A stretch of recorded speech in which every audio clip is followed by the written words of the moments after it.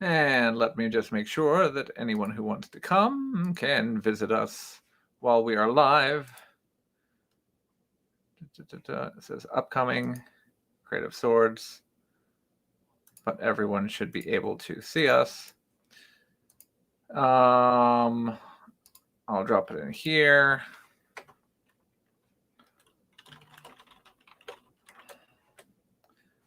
All right. So there's at least one of you watching. So this is the official Daltrux is Getting Older stream. To celebrate my getting older today, we have giant box of swords. So I have a proper knife this time. So we'll open it up. This was very kindly sent my way, as always. We have more than one sword today. I'm not sure how much we'll get through because I don't have a whole lot of time, but we will see how many swords we're able to uncover. So I just wanted to get on the stream as quickly as possible. So unfortunately, this time I have not had the opportunity to open it ahead of time, but no worries. Everyone loves a good opening. Oh, this is bound very nicely. Look at that. Even string bound.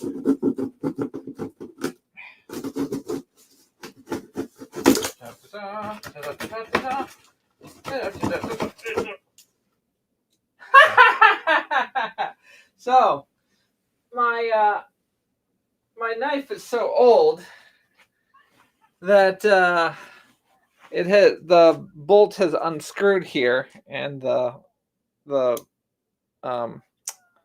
folder has come apart. Hang on, let me do this. So it looks like I need something else to get through everything. Okay, technical difficulties. Where's the bolt for that?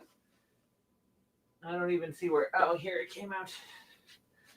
Here's the nut, so I'm going to have to unscrew that. Okay, so remember how I said I don't have enough knives? So I have just this old-fashioned pocket tension folder, and it has completely come apart on me. This is why I don't use knives, people. So my options are a little knife or a big knife. What should I use? We'll start with the big knife. Okay. All right. This is very well packed, I gotta say.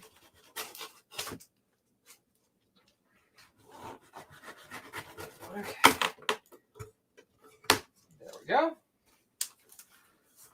All right. Lots of packing paper. Now, I happen to know that there is more than one sword in here, so I'm going to be a little bit careful. I have bits of knife all over the place now. So we're going to reach inside and we're going to pull out and we'll see what comes out first.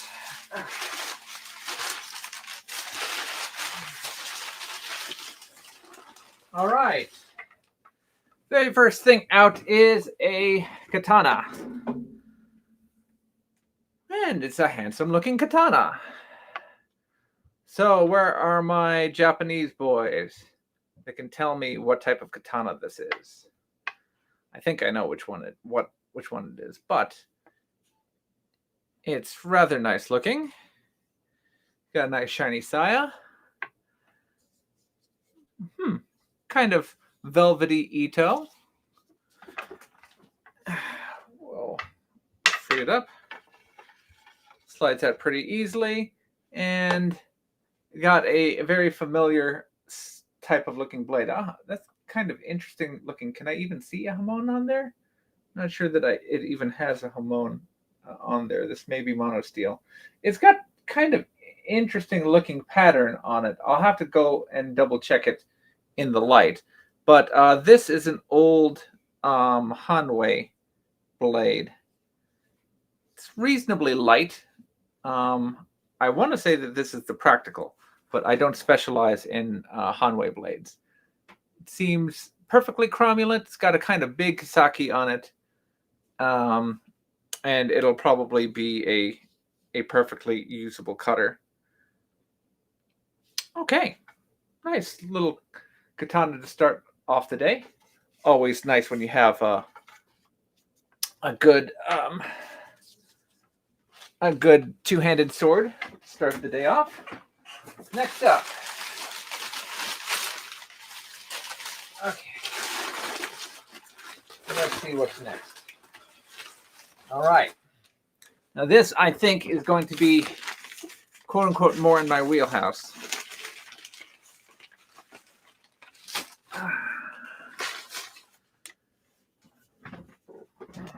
Now, anyone who's watched Avatar: The Last Airbender will recognize this general style of sword. Sokka made a sword that was generally in this style. These type of fittings are usually seen done in jade or nephrite. Sometimes they're also done in things like wood. I'm not sure if I'm trying to think off the top of my head how often I've seen them done in brass or like bronze. Definitely in iron at times. Yeah, I guess you'd see them done in bronze occasionally also. So this is a sword that is emulating styles from the early parts of China's history. This is a jian from anywhere from the late Warring States period through the Han Dynasty.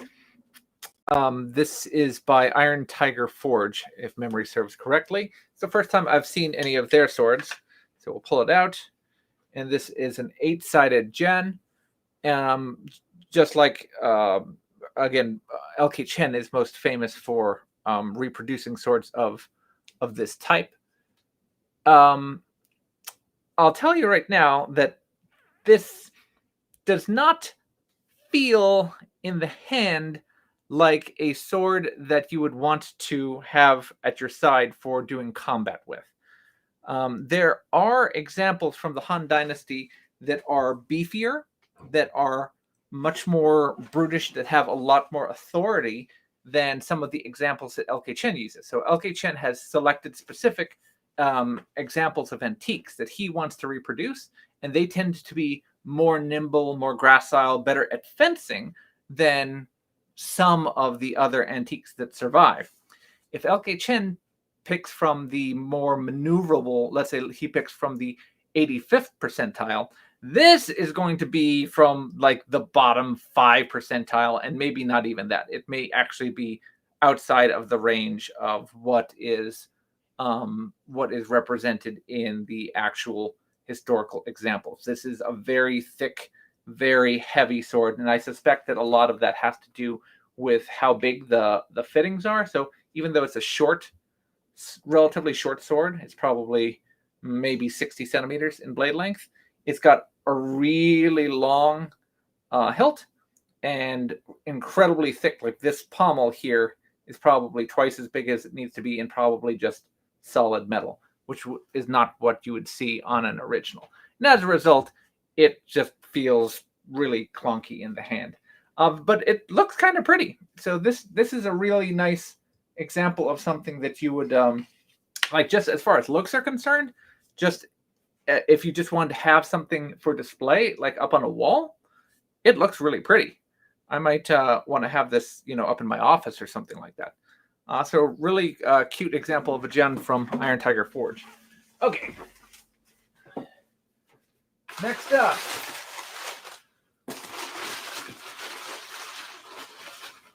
Oh, you've come all the way back to me. Anyone who's seen some of my past videos will recognize this. This is actually one of my favorite LK Chen swords. So this is the LK Chen Tang Hengdao. Let's see how the blade on this one looks. Yeah, this is beautiful. So the straight Dao from the Tang Dynasty. Heng means horizontal, and it gets its name from its the suspension points here and how it's worn in a horizontal fashion.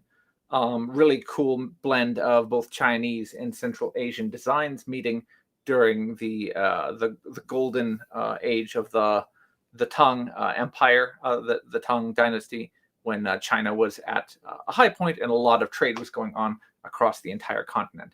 This is a great sword. This feels awesome in the hand, and it looks really cool. It's Spartan, you know, it doesn't have a lot of glitz and glamour to it, but if you're just looking for a nice sidearm, an example of a sword that was used both on horseback and as an infantry sidearm, you can't go much better than this, especially if you're looking for something from that, you know, 6th century onward to like the beginning of the 8th, 9th century. Real cool sword.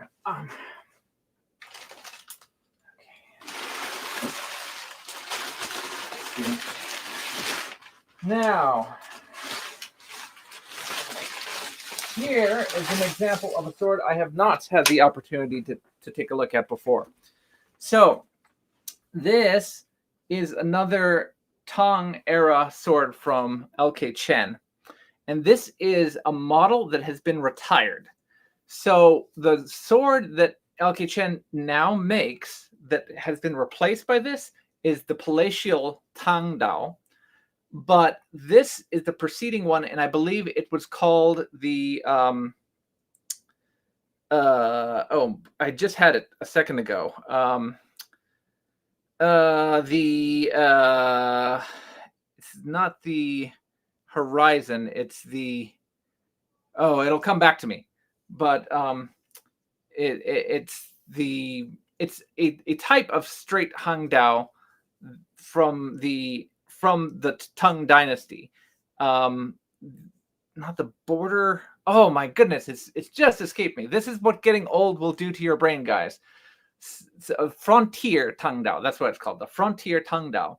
And it's one of the early examples of a disc guard. So you have like very, very, very small disc guards that you can sometimes find in these Tang period or like late Sui, early Tang period swords. And just like the Hung Dao that we saw before, it has a pretty long grip. So it has a grip that you can accommodate 2 hands. And we'll talk about these type of swords more, but this is really a blade that that kind of precedes what you have in Japan. So this has instead of the Kuriha Zakuri cross section, this is getting more like Shinogi Zakuri cross section, based on where the start of the edge is related to the rest of the bevel, and you can see that big prominent geometric yokote at the end there. So you'll find all sorts of all 3 of those types of cross sections during this period. They definitely have continental representation, and that's, you know, part of a larger discussion. We can talk about how the Japanese transition from straight blades into curved blades. So it would be a nice talk to use this as an example of how Tachi became what we think of as the Nihonto, the nice curved wanto. And we have Frank reminding me that it's the Frontier Tang Dao. Thank you for your help, Francis. I appreciate that. So yeah, so this would be a nice one, and it might also be nice to do a side-by-side comparison, because everyone's like, oh, curved blades cut better, and some people might think, well, maybe straight blades have an advantage.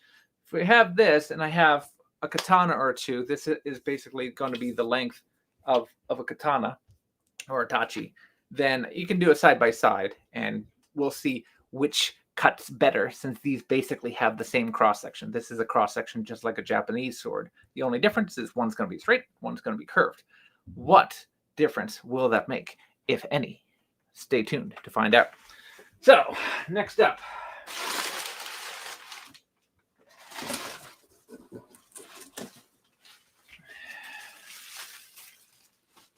We have also from Iron Tiger Forge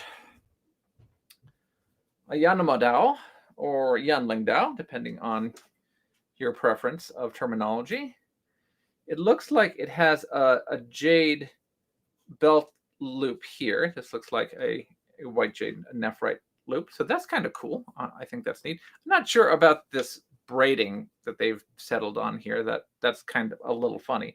But as far as the suspension is concerned, it holds it at a little bit of an angle, which would be appropriate. I'd need a proper hook. So again, the way that this usually works, you have a clip that goes on your belt right here. So I'd need to get a metal clip, kind of like a billfold, that would hook onto your belt, and then you could have it either with your grip forward, or you can spin it around and have hilt backwards. Oftentimes they're done with hilt backwards, especially if you want to do archery, for example. Then you'll have the grip facing the other way around. So we see both in period artwork at the time. Oftentimes the Manchu preferred to have the hilts pointed the other way around. You see that, for instance, with Koreans who prefer archery. They often perhaps prefer to have the grips the other way around. Initial impressions are the grip is a little big. You guys, everyone out there where are my guys at who says that LK Chen does their grips too large, too thick? Here, where's an LK Chen grip? Do I have an LK Chen grip anywhere? Okay, here's a Paydow. All right, Keith, Aiden, distal taper. Here's an LK Chen grip, and here is the Iron Tiger Forge grip. And everyone's complaining that this is already too big. And look at the Iron Tiger Forge grip by comparison. This is a big, thick, fat grip to have in my hand here. Like, you can certainly hold it. And again, the later we get into the Qing, the more common I'd say it is to see these kind of big fat grips. I'd say in the Ming, it's more common that you'll see thinner, more dainty grips. And for whatever reason, I think the more often you get like civilian made weapons, the more often it will get these kind of more bulbous grips. But yeah, this is pretty big. They're catering to Western sensibilities, I guess. But that's really big in the hand. The pommel is just like a huge pommel cap there at the end. Take a quick look at the blade. It's got a nice tonko on it. I really like the way that tonko looks. And not too bad a blade. The blade is good. It doesn't have a lot of distal taper on it.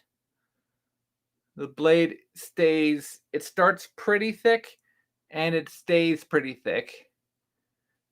So it's got a lot of authority in it. But again, because the hilt is so kind of cumbersome, I think that this, like, I wouldn't say that this is the worst representation of a Dao in the world, but this is a common issue that makers have, is they'll end up with a blade that has too much mass out here. So again, you maybe they start thick, but they don't taper it off enough. So you have way too much mass here. So how do you compensate? Well, you add mass over here. So that's increasing the polar moment of the sword, and then it ends up handling kind of clunky. I'll have to run the actual dynamics on it to see how it compares. There may be examples of Paydow that we have in period that do handle like this. So it's not to say that no sword handled like this, but it's not going to be the most graceful example of it. It has a reasonably pretty pattern here in the Husho. So as far as decoration is concerned, it's good. It's not the best. I'd say that it's good at representing. It's probably trying to represent late Ming, early Qing, but I'd say it feels more like something you'd see in the late Qing, just based on how it's executed with the motifs, with the exposed wood here, with all the brass that's on it, and the way that the clip is done here in the back of the. Is this sharp? No, it's not quite sharp. Okay, so that's interesting. I always like to see another Dao. Again, decent looking. I'll give it like 3.5 out of 5 for looks. Not sure about handling yet. And again, my arm isn't where it needs to be in order to properly handle it. I can run the dynamics on it. I don't know how soon I'll be able to take it out to actually do some cutting. All right, all my paper is piling up here.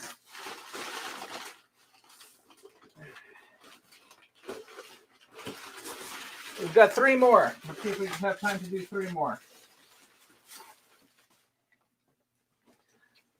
Okay, 1 more from Iron Tiger Forge. This is another Tang Dao. So compared to the LK Chen, this Iron Tiger Forge is more typical of what was produced before LK Chen got on the market. So this is a Tang Dao that's higher status, that is representing some of the gaudy finds that, for instance, we see in artwork that we have based on fittings that are still in Nara, Japan. You see these kind of P-shaped suspension rings that we have there. The little, the very small kind of tapered guard that we have that, again, are seen on types of tachi. There are this tradition of tachi, of Chinese fittings continued in Japanese in tachi koshirai, called kara tachi. Oh, if we pull it out, hang on, do this without, okay, it just came out. And we have a little pattern welded blade. And this is Kiraha Zakuri cross section. So the bevel is much lower on this than on the previous one, which was more like a Shinogi Shinogi Zakuri cross section, but it still has the prominent chisel tip. Now, I don't know if I can see it here. Let me see if I can reduce the blade. So if I reduce the blade, these reproduced Tang era Dao, when makers make them, they pretty much make them straight. In the originals, these blades actually tend to curve very slightly in the direction of the edge. It's very subtle, but it's something that is seen on pretty much all examples that I've looked at. I'd have to look at a lot. I'd have to look at, every single example to see if that's not the case. Like the geometry is all very sharp and angular and has all of these, geometric lines, and that's all consistent. But as far as how the actual lines are drawn from the shoulders, the direction is always canted very, very subtly, very slightly, so that the back is not straight.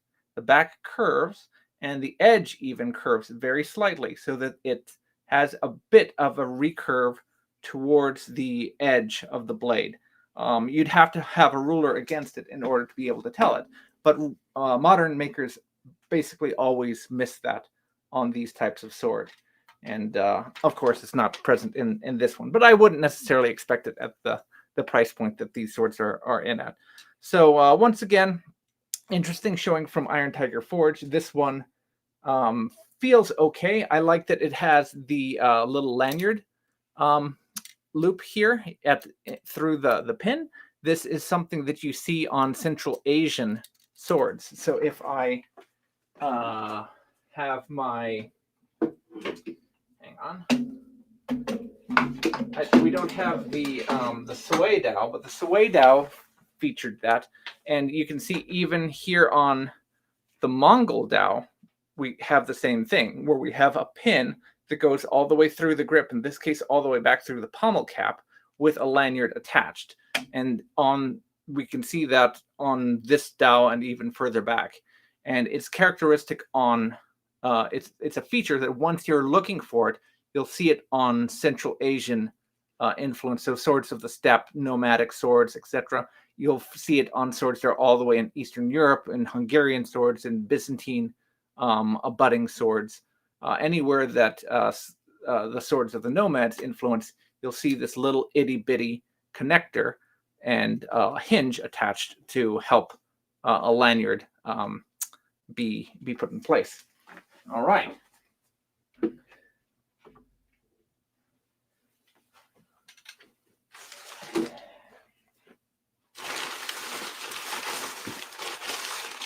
What is going on here? Okay. All right. I think I know what's going on here. So I have a scabbard. Here. This will be a mystery to everyone. I'm going to give you guys 10 seconds to place your guesses from just this scabbard. What the next sword is going to be and who made it. Can anyone guess? I'll give you guys 10 seconds. And then I'm going to pull it out. All right. Everyone place your guesses.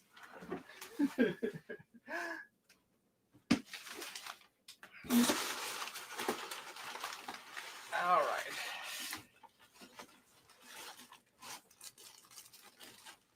Oh my goodness gracious. How do I do this without getting hurt? Oh my goodness. Okay. I don't know if I can sit down while I hold this, so I will shout at the camera. This is obviously a lot of sword, and it's so much sword that it's actually threatening me in my infirmed state. This is a messer. It is a Kriegsmesser. I'm going to have to talk to James Elmsley about this. It was made. I don't know if anyone can. If you don't recognize the model, maybe some of you will recognize the maker's mark there. This was produced by Dark Sword Armory. I'll let that name stand for itself. So this is actually the first time that I've been up. Is it the first time? We'll assume that it's the first time that I've played up close and personal with a piece from Dark Sword Armory. So I'm going to have to go over it from head to toe as a result, because it's a maker that I don't have a lot of experience with. Obviously, they tend to have a very specific kind of look and approach to making swords. Oftentimes, it varies. This one has a bit more fantasy elements than it does being grounded in reality. I'm just curious if it has an edge. It does have a bit of an edge to it, so we might actually be able to cut with it. It is quite heavy. Again, I'm having to brace the sword on my leg because I don't have a lot of strength that I need in my other arm, but it is tremendous. Let me see if I can put it in the scabbard so I don't hurt myself. All right. Will it go safely into the scabbard? There, okay. And scabbarded. So that's a pretty big sword. Look, it's coming up to like my xiphoid process. All right. Here, I'll bring it up a little closer so everyone can see it. Try not to knock into my microphone.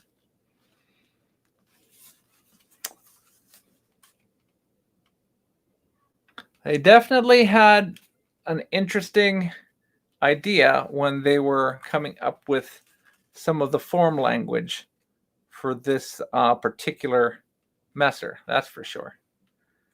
So I'll need to compare it. There are some very big messer that do exist in Vienna, and those are not light messers, and this is not a light messer. So I will want to compare.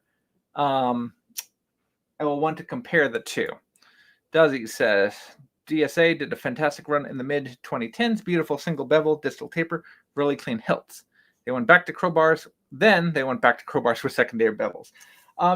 Duzzy, for your benefit, this one does not have much of a secondary bevel. There's a very small secondary bevel, but yeah, well, I'll put it through the whole paces, and then we'll have to see exactly what we think of it. Okay, so that will require a lot of research for sure. And then finally, the ultimate reveal for today.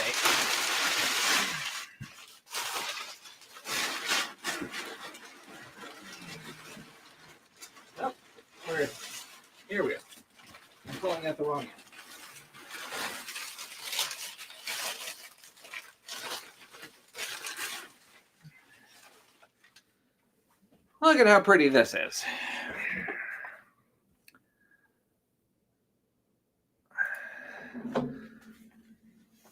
I gotta say, I really like this bridge here. This is a really nice bridge. So anyone who has a sharp eye might recognize this type of scabbard work and this type of grip. This is from Valiant Armory. This is a VA Hedemark, I believe it's called. So this is really handsome looking. Let's give it a pull out. All right, that's not too bad a blade. I was told that it blade was rather unforgiving in the hand. In my current state, I don't know that I'd be able to give it the full wallop, but yeah, I'd say it's pretty good. I see how they could possibly have done a little bit more with the fuller, and perhaps in the absence of that, it's going to perhaps have a little bit of chop to it. But these Viking era blades certainly have variance in their proportions.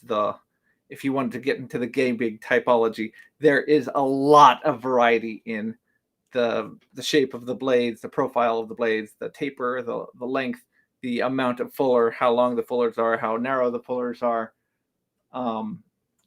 So I could see how closely this matches with what Alfred Giebig put together, and see if it's a tweener or if it corresponds to any of his blade types. So yeah, that's a pretty good lineup. Usually don't expect to have that many in a single box, but we got, again, as a recap, Hanwei Katana that has come in. The Han Dynasty Jen from Iron Tiger Forge, and then just to go through the other Iron Tiger Forge examples, we also had the Qing Dynasty Yanling Dao and the Tang Hengdao. From LK Chen, we have the old favorite Tang Hengdao. So again, showing the difference between a high-end, like court officials version, and then a just simple kind of infantryman's more standard example version of the same type of sword, essentially. And the now discontinued LK Chen model, the Tang Frontier, the Frontier Tang Hengdao, just Tang Dao.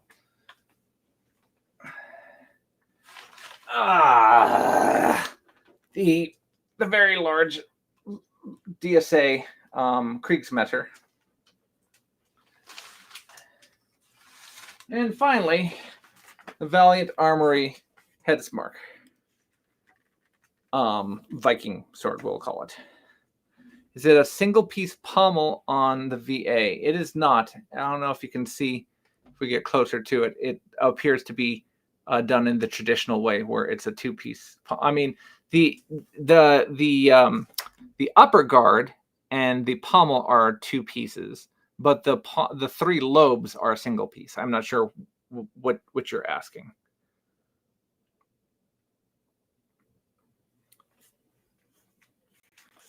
So depending on what you're interested in, that could either be the way you want it or not the way you want it. I don't see a peen on the top, so it's possible that it was actually, I don't know if I see any rivet marks either, so I'm not sure. They tidied it up somehow very, very nicely so that you can't see evidence of how it was done. The grip feels nice.